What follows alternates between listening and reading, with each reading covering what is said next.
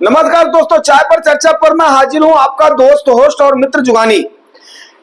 आप देख रहे हैं जुगानी टॉक्स। आपको सबसे पहली बात बता दूं, आपने देखा होगा कि पिछले साल में मिड कैप और स्मॉल कैप की बहुत ज्यादा रैली रही है, जिसकी वजह से मिड कैप और स्मॉल कैप्स की तरफ से इन्वेस्टर्स का रुझान काफी ज्यादा बढ़ा है, खास करके नए इन्वेस्टर्स का, जो कि ये देख करके आ रहे हैं कि हाँ भाई, इसमें रिटर्न जो देख करके आ रहे हैं, जिनको फंडामेंटल की समझ नहीं है और जिनको इस बात की समझ नहीं है कि आखिर में हम निवेश करें तो कैसे करें, ठीक है ना।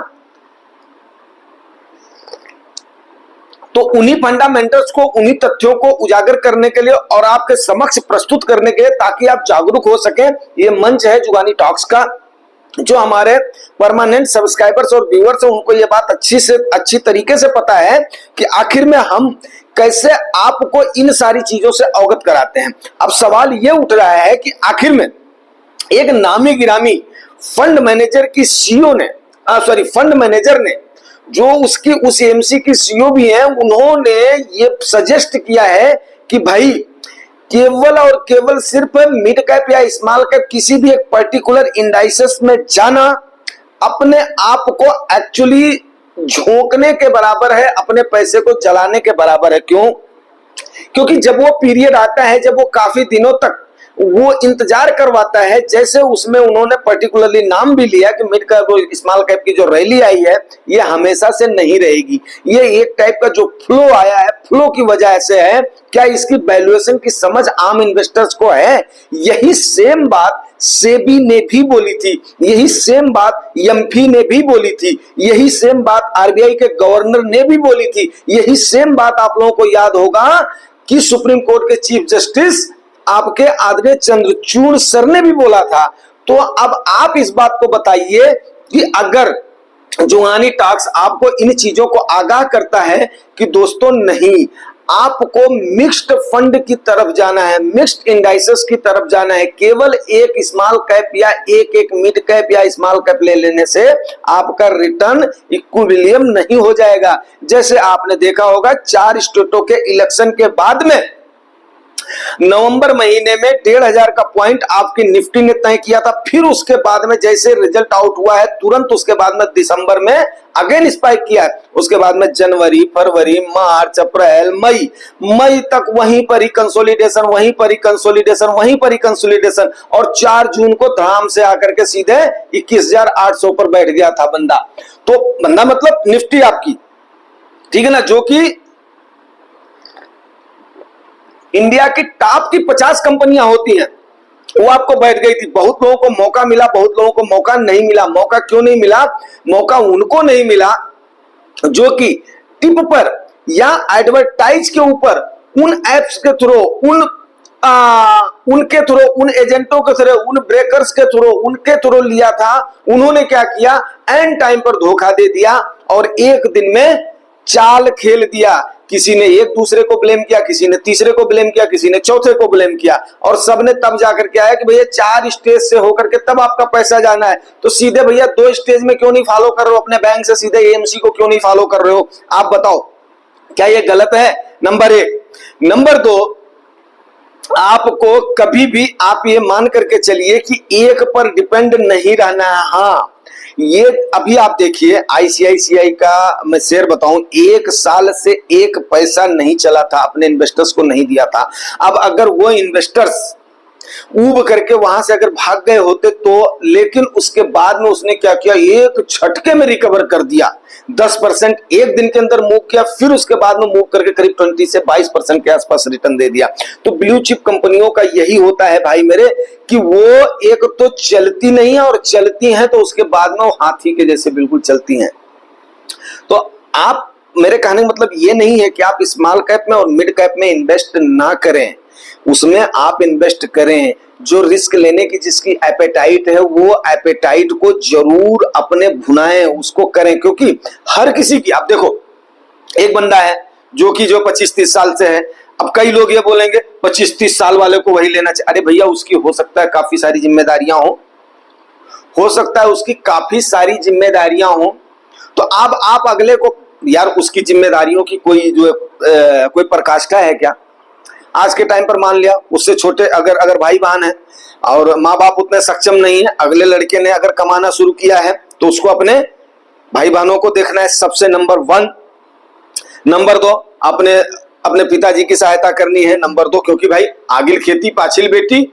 हमारे यहाँ पर एक कहावत है यूपी जो है हमारे अवधि में कि भैया जिसकी खेती आगे हो गई उसका समझो कि पैदावार कहीं नहीं मरेगा, उसके बाद में कर जाएगा। जिसकी पाछिल बेटे को उसके बाप के कंधे तब तक में बेटे हो जाएंगे, लेकिन जिसकी बेटियां बड़ी हैं तो भैया उसको तो काफी सारी जिम्मेदारियां हो जाती हैं। और ये बात सत्य है, आज के टाइम पर ये बोल देना कि बेटा बेटी में कोई फर्क नहीं है, उस बाप से पूछिए जिस बाप को ये है कि नहीं यार मेरे को अपनी बच्ची को पढ़ा लिखा करके उसके हाथ पीले करने दूसरे घर में भेजने हैं, तो उससे पूछिए, वहां पर कहना आसान होता है। तो इन शब्दों को मतलब अदरवाइज वे में नहीं लीजिएगा, ये आप लोगों को बूस्ट मतलब एक टाइप से यथार्थ से रूबरू करवाने की बात है कि यस ऐसा भी होता है समाज में। क्योंकि एक अगले इंडिविजुअल की हर इंडिविजुअल की रिस्पॉन्सिबिलिटी अलग अलग होती है। ये बात सही है, ये बात आप भी मानते होंगे या मतलब मानेंगे जैसे जैसे एज का तजुर्बा आपका होगा।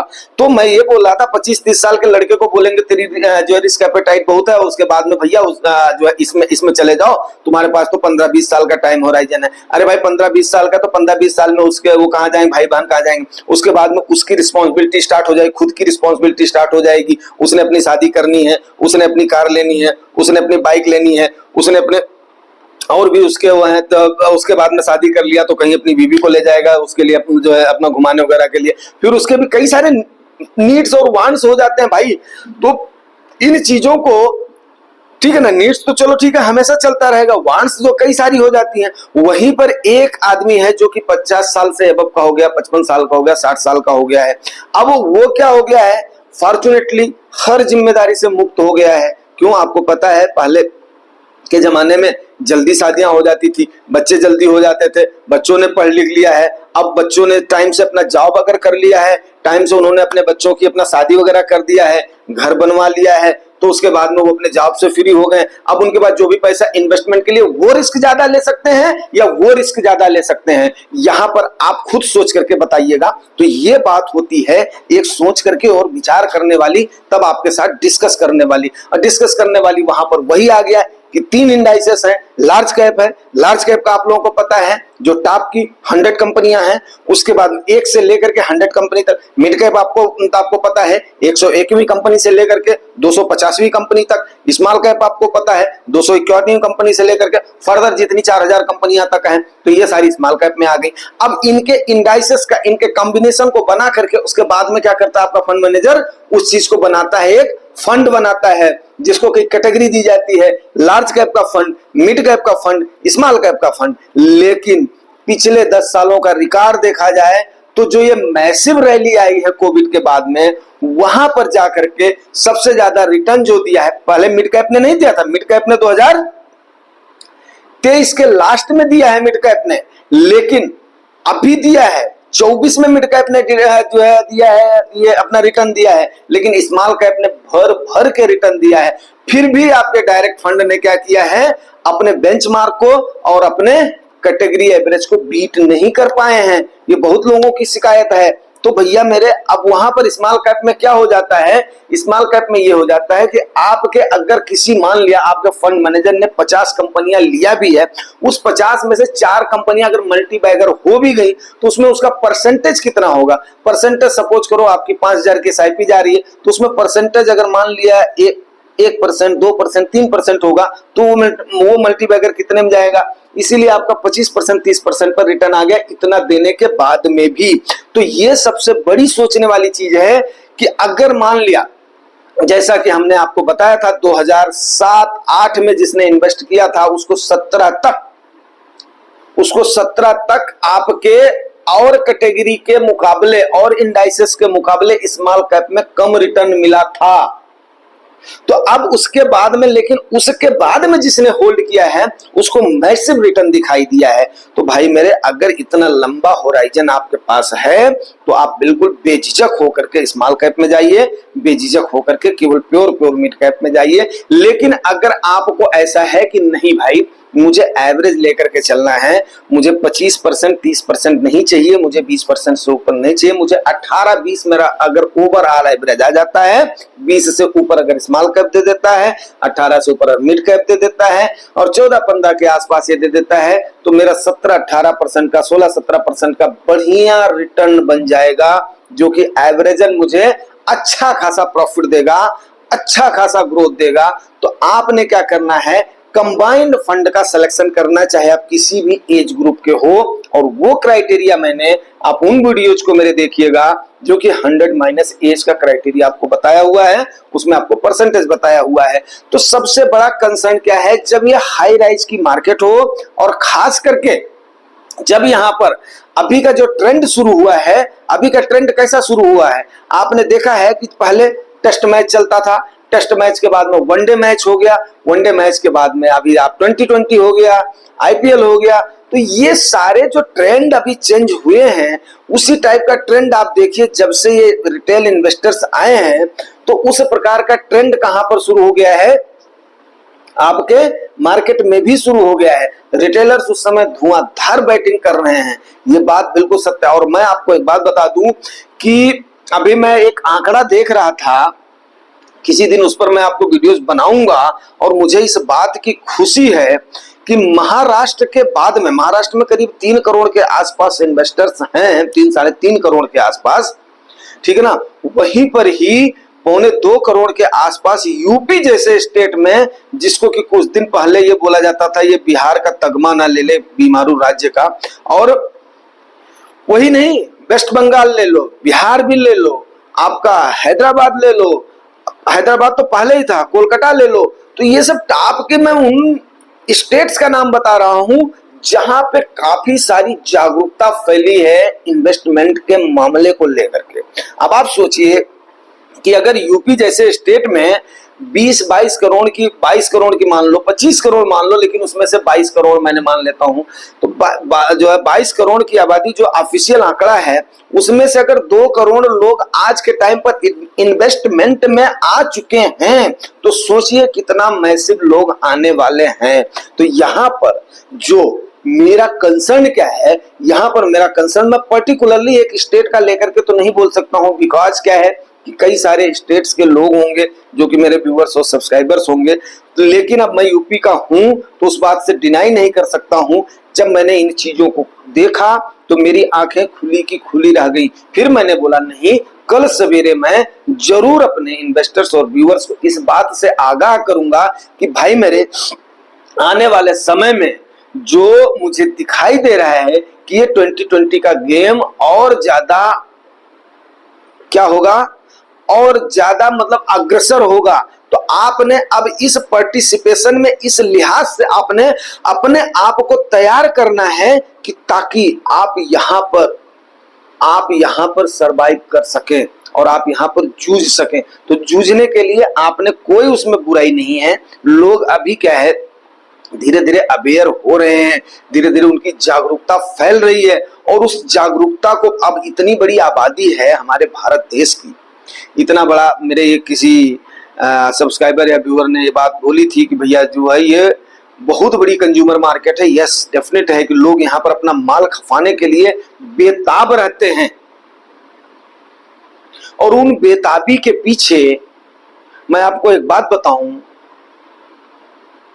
कि अगर आप अपने आप को तैयार नहीं करोगे तो बात कैसे बनेगी। तो अपने आप को वहां पर तैयार करना है आपने, बिल्कुल। जो उस, अब मैं फिर वहीं पर ही आ रहा हूं, जो उस सीईओ ने, पर्टिकुलर एएमसी की सीईओ ने, अभी उनका नाम बताना ठीक नहीं है, अगर किसी दिन होगा तो मैं बता दूंगा, देखूंगा प्रोटोकॉल में है कि नहीं है, जो उन्होंने आगाह किया है कि साफ साफ उन्होंने बोला है कि दाल भात टाइप का फंड होना चाहिए। अब आप बताइए कि जो मैं इतने दिन से भौंक रहा हूं, जो सेबी इतने दिन से भौंक रही है, जो एमपी इतने दिन से भौंक रही है, आज के टाइम पर एक एमसी के फंड मैनेजर भी उसको आकर के प्रोवोक कर रही है कि यस, ये होना मस्ट है। अब ये होना मस्ट है तो ये आपके ऊपर डिपेंड करता है कि आप अपने पैसे को किस प्रकार से मैनेज करते हैं। आप अपने पैसे को वो आप देखिए, वो आपके ऊपर डिपेंड करता है। लेकिन मेरी सलाह अगर आप लोग बोलोगे तो मेरी सलाह यही है कि एज के मुताबिक आप रिस्क लीजिए। एज के मुताबिक आपकी कैटेगरी में वही फंड होने चाहिए जो कि फंड आपको सजेस्ट करे गए हैं। That is the one of the best formula, और वो मेरा खुद का आजमाया हुआ फार्मूला है। आज के टाइम पर देखो कोई भी इंडाइसेस चलता है तो यस डेफिनेट है मुझे उस चीज का बेनिफिट मिलता है मेरा पोर्टफोलियो कभी भी। और मेरे ख्याल से अगर आपने भी जिन लोगों ने उस हिसाब से अपने आप को सजेस्ट किया है, मेरे ख्याल से मुझे उनका नाम आई थिंक कि मतलब जो है उन्होंने मेरे से सजेशन भी लिया था कि सर मैंने ऐसे ऐसे किया, परसेंटेज वाइज एलोकेशन किया है, and that was very very मतलब जो है क्या बोलते हैं प्राइड फॉर मी कि प्राउड मोमेंट है वो मेरे लिए कि कम से कम अगले ने उस बात को समझा है। तो आप लोग उस बात को क्यों नहीं समझ रहे हो कि यस एक परसेंटेज के मुताबिक ही जो आपकी एज है, उस परसेंटेज के मुताबिक ही जो आपके रिस्क एपेटाइट है, उसके मुताबिक ही आपका क्राइटेरिया होना चाहिए, उसके मुताबिक ही आपका एलोकेशन होना चाहिए। तो आज के सेशन को मैं यहीं पर ही क्लोज कर रहा हूं। उम्मीद करता हूं कि आपको ये अच्छे से समझ में आ गया होगा। नहीं समझ में आएगा तो आप कमेंट करके जरूर पूछिएगा, क्योंकि कई सारे व्यूअर्स जो होते हैं वो नए होते हैं, कई सारे सब्सक्राइबर्स अभी आए हुए हैं, हो सकता है उन्होंने उन वीडियोस को ना देखा हो, तो डेफिनेट है उसको मैं चलते फिरते रिपीट कर दिया करूंगा। लेकिन जो ये क्यूरीज मैं आपको डालता हूं, जो ये चीजें आपको बताता हूं, ये आप पक्का इसको ध्यान से सुनिए और अमल करने की कोशिश करिए। अगर कोई भी संदेह होता है तो पूछने में गुरेज नहीं करिए, क्योंकि आपको पता है मैं तकरीबन सबको एड्रेस करने की कोशिश करता हूं और कंबाइन रूप से, क्योंकि एक दूसरे को सीख करके ही अगर आगे बढ़ोगे तभी जाकर के समझ लो कि बात बनेगी, यहीं पर ही बात बनेगी, ये बात मान लो। एक दूसरे का साथ ले करके अगर हम चलेंगे तब जाकर के हमारी बात बनेगी। अगर हम ऐसा नहीं करेंगे तो समझिए कि इस मंच का, इसका कोई भी फायदा फिर नहीं होने वाला है। अगर एक एक सब्सक्राइबर, एक एक व्यूअर लाभान्वित नहीं होता है तो आप सोचिए, अगर ये स्टेप्स आप ले लेते हैं तो आप आज के 4 साल 5 साल के बाद में अगर आपने सही तरीके से अपना पोर्टफोलियो बना लिया, सही तरीके से अपने फंड सेलेक्ट कर लिए, सही तरीके से अपना गोल बना लिए, तो आज के 4-5 साल के बाद में जब इसकी कंपाउंडिंग शुरू होगी तब जाकर के आप फिर बेनिफिशियल होंगे। बोलते हैं ना कि मेरी माता जी बोलती थी कि भैया कभी भी इस बात की परवाह ना करो। एक्चुअली माँ बाप की बहुत बड़ी सीख मिलती है। इस बात की परवाह ना करो कि अगले ने तुम्हें क्या बोला है, तुम्हें क्या दिया है, उसका रोम आशीष देना चाहिए। मीन्स क्या है कि आदमी का जो रोया रोया है ना, वो आशीर्वाद देना चाहिए। तो आप लोगों का हमें उस टाइप का आशीर्वाद चाहिए कि यस अगर आप लाभान्वित होंगे तो आपका रोम रोम हमें आशीर्वाद देगा, और उसके बाद में कोई भी इसमें संदेह की गुंजाइश नहीं है कि अगर आपका लाभ होता है तो परमात्मा मेरा भी भला करेगा। Thank you very much. Thank you.